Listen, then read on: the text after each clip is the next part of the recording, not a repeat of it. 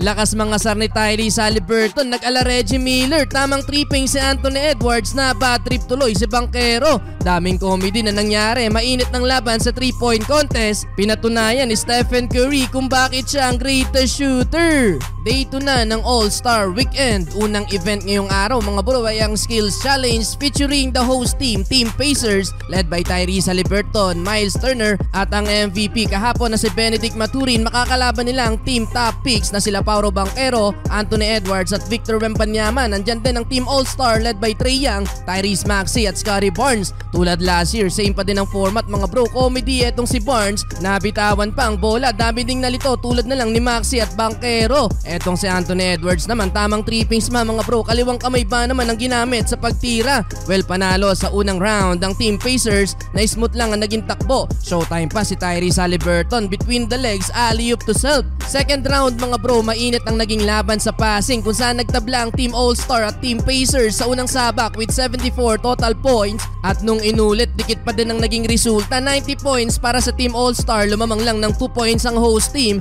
na may 92 points. Yung Team Top Picks, na bad trip pa si Paolo Banchero dahil ang bagal daw nilang gumalaw. Na-deadma pa ni Wemby si Scottie Barnes. Well, third round ay shooting kung saan tinambakan ng Team All-Star ang kalaban with 33 total points, 19 points para sa Team Top Picks, habang nasa dulo naman ang Team Pacers with 11 points. Kaya naman nagkaroon ng tiebreaker sa pagitan ng Team All-Star at Team Pacers. Dinahan sa half-court shot ng laban. 58 seconds ang naitalang record ng Team All-Star na naipasok ni Tyrese Maxey, pero yun nga lang, 38 seconds lang ang kinailangan ng host team na naipasok naman ni Tyrese Haliburton. Nangasar pa mga bro, ala Reggie Miller choke sign sa Team All-Star. Well, panalo sa Skills Challenge ang Team Pacers. Second event sa day 2 ang 3-point contest. First round, mainit nang naging laban mga bro. First time ever sa history ng contest na 4 nang nagtabla sa first round. Tig 26 points sila Trae Young, Haliburton, Towns at ang defending champion na si Damian Lillard. Well, sa tiebreaker na eliminate si Haliburton, tig 16 points si Towns at Lillard, habang 15 points si Trae Young.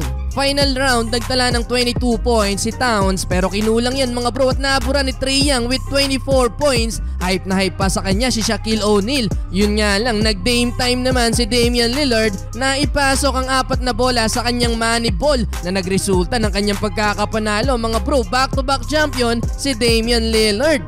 Eto, dignidad ng laban mga bro. NBA versus WNBA. Stephen Curry laban kay Sabrina. Na-pressure kagad ang greatest shooter ng magtala ng 26 points, ang shooter mula WNBA. Na-perfect pa yung unang rack mga bro. Napa-appear na lang tuloy si Curry, pero kalmado lang mga bro si Steph. Perfect ang second rack at tinapos ang laban na may 29 points. Pasayaw-sayaw pa si Steph mga bro, at sa uli, walang masasabi ngayon ng mga haters. Napahawak ulo na lang din si Giannis. Walang ibang nagkampiyon mga bro kundi ang greatest shooter sa history ng basketball na si Stephen Curry.